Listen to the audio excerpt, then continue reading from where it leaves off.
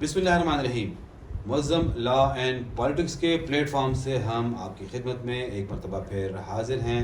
मेरा नाम उमैर यासिर है और हमारे साथ बातचीत के लिए मौजूद हैं जनाब मुअज़्ज़म भट्ट साहब। आज हमारा मौजू तहरीक इंसाफ के बानी चेयरमैन इमरान खान की आज होने वाली एक मीडिया टॉक है, जिसमें उन्होंने कहा है कि महमूद खान अचकज़ई साहब को उन्होंने सियासी जमातों से बातचीत का मैंडेट दिया है। क्या ये एक यू टर्न है या नहीं है, इस पे बात करते हैं। उसके साथ साथ तहरीक इंसाफ ने जो ख़वातीन की मखसूस नशिस्तों के लिए इलेक्शन कमीशन में फहरिस्त जमा कराई है, उसके बाद पार्टी के अंदर एक इंतहाई ज़ोरदार तूफ़ान उठा है। हम उस पर भी आज बात करते हैं कि वो तूफ़ान क्या है। बहुत शुक्रिया भट्ट साहब। भट्ट साहब बताएं, आज फिर खान साहब ने कहा है कि वो सियासी जमातों से बातचीत का मैंडेट उन्होंने महमूद खान अचकज़ई साहब को दिया है। एक और यू टर्न है। महमूद खान अचकज़ई का ताल्लुक पीटीआई से नहीं जी, ठीक है। तो अगर उन्होंने अप्रोच की है, कोई आइडिया दिया है, तो इंगेज हो गए, क्या बुरी बात है? नहीं, यू टर्न है, क्योंकि अभी तक तो खान साहब सियासी जमातों से बातचीत ही नहीं करना चाह रहे थे। अभी तक तो कह रहे थे कि भाई हमने सिर्फ इस्टेब्लिशमेंट, फौजी इस्टेब्लिशमेंट से बात करनी है, क्योंकि सब कुछ उन्हीं के इख्तियार में है। अब वो सियासी जमातों की तरफ चले गए, भी चले गए जी। उन्होंने कहा कि मैं फौज से, उनके सिपह सलार से भी बात के लिए तैयार हूँ, वो न्यूट्रल हो जाए। लेकिन वहाँ से सुबह सलार की तरफ से या फौज की तरफ से बातचीत नहीं हो रही। ये उनका मसला है जी, ये उनका मतलब एक तरफा तौर पे खान साहब तैयार हो गए। नहीं, वो आके ISPR वगैरह जो है वो इन्वॉल्व हो गया है ना। जी, सुप्रीम कोर्ट की जजमेंट है कि ये लोग इन्वॉल्व नहीं होंगे पॉलिटिक्स में, इलेक्शंस में। तो सुप्रीम कोर्ट की जजमेंट तो अपनी जगह पे है ना, इन्वॉल्व हो रहे हैं। जी, अब रियलिटी ये है कि वो इन्वॉल्व हैं। जी। जब इन्वॉल्व हैं तो फिर उसको मानना जो है वो बाद का क्या चाहिए भी कि जो चीज़ कंसिडरेबल है उसे कंसिडर कर लिया जाए। जी। यही बात तो नून वालों ने भी याद की थी, मरीम नवाज ने, कि वो कहती थी कि तराजू को बराबर करो। जी, तो बात ये है कि ये बातें तो कि बिल वास्ता बिला वास्ता जो है जी। ये होती रही हैं, हो रही हैं। असल बात तो बातचीत की है, तो बातचीत कर रहे हैं तो क्या बुरा कर रहे हैं? नहीं, बातचीत करना तो कोई बुरा नहीं है, लेकिन आज की बातचीत को अगर किसी नताइज की तरफ जाती है महमूद खान अचकज़ई साहब के ज़रिए, और ख़ान साहब फिर उससे पीछे हट जाते हैं, जैसे माजी में भी हुआ है।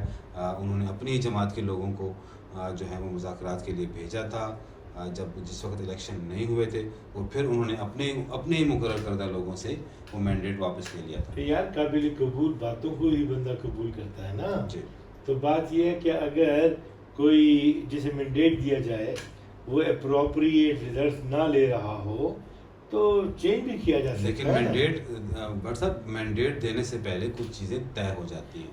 बात ये है कि लेकिन तो खान साहब तो सब सिर्फ मैंडेट दे देते हैं, और फिर जब उनकी मर्जी की बात नहीं होती तो वो मैंडेट वापस ले लेते हैं। अगेन तो क्या महमूद खान अचकज़ई साहब क्या इस चीज़ को आगे बढ़ा पाएंगे फिर? पहले बात ये, महमूद खान अचकज़ई को चाहिए कि वो बताए कि वो किस नुक्ते पे जाके बात कर रहे हैं या वो किन नुकात पे बात करेंगे। अब ये तो उनकी तरफ आ गई ना बात। अब हो सकता है कि उन्होंने कहा हो जी मुझे इनिशिएटिव लेने दें, हो सकता है इससे पॉजिटिव रिजल्ट आए। खान साहब ने कह दिया ओके गो ऑन, लाएं। अगर कोई और तजवीज़ आ रही है तो जिसे कबूल किया जा सकता है तो कंसिडर।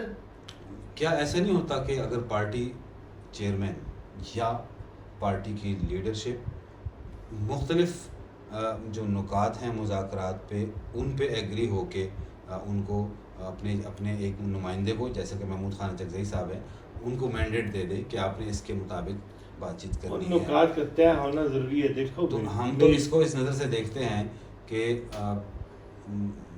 कोई बेयकीनी की फ़ज़ा फिर भी बरकरार रहेगी कि किस वक्त खान साहब एक मरतबा फिर यू टर्न ले लें। देखो, आप तो यू टर्न की बात कर रहे हो, हिकमत और दानाई की बातों को मनफी अंदाज में आप कोई भी नाम दे दो। एक वक्त था कि कांग्रेस बड़ी कोशिश करती थी कि कायद आज़म के साथ बात की जाए। जी, कायद आज़म बात नहीं करते थे।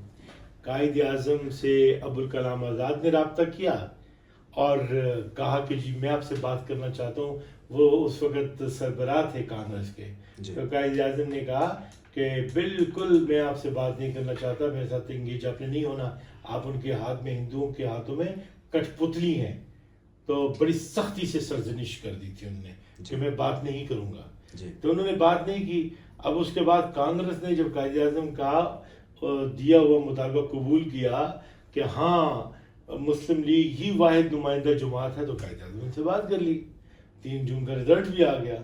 تو بات یہ ہے کہ جب انہوں نے کہا میں بات نہیں کروں گا تو انہوں نے بات نہیں کی. جب قابل عمل فارمولہ آ گیا، ان کی کنڈیشن کو مان لیا گیا، تو پھر ڈائلاگ بھی ہو گیا. تو بات یہ کہ یہ معاملات تو چلتے رہتے ہیں نا.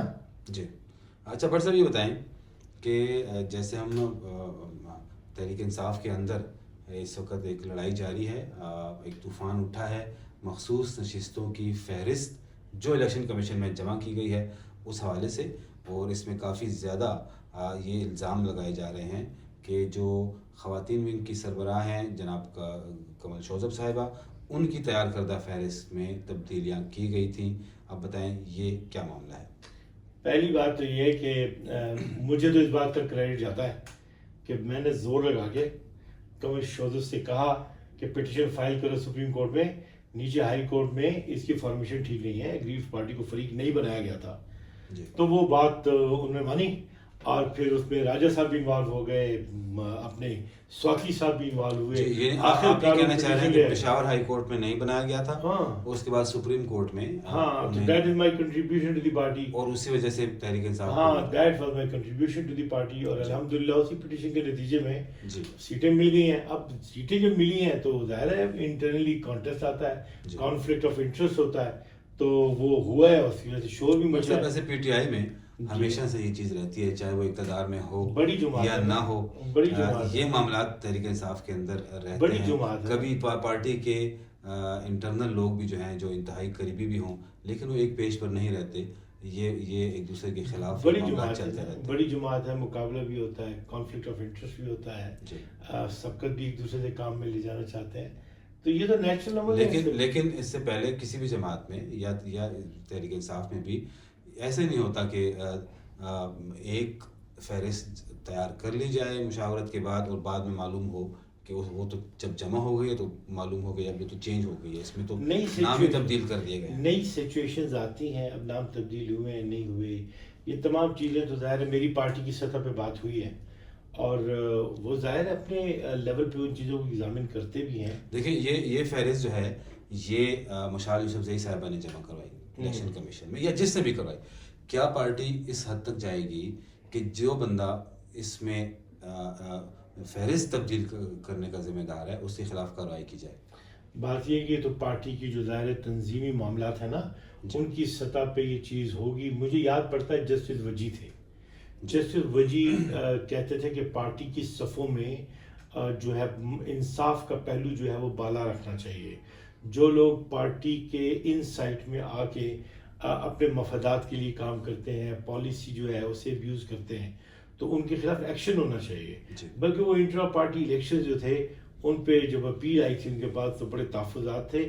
تو وہ بس نظر آ رہا تھا پارٹی کو کہ وہ بڑی مضبوط شخصیات کے متعلق ایکشن لے لیں گے. لیکن آپ نے دیکھا کہ پھر وہ بہرحال انہیں پارٹی جو ہے ایسے حالات پیدا ہوئے کہ انہیں علیحدہ ہونا پڑا، حامد خان کو بھی علیحدہ ہونا پڑا. تو یہ ارتقائی مراحل ہیں، یہ چلتے ہیں، اور ظاہر ہے اس وقت جو سکم رہ گیا آج اسے بھگتنا بھی پڑ رہا ہے.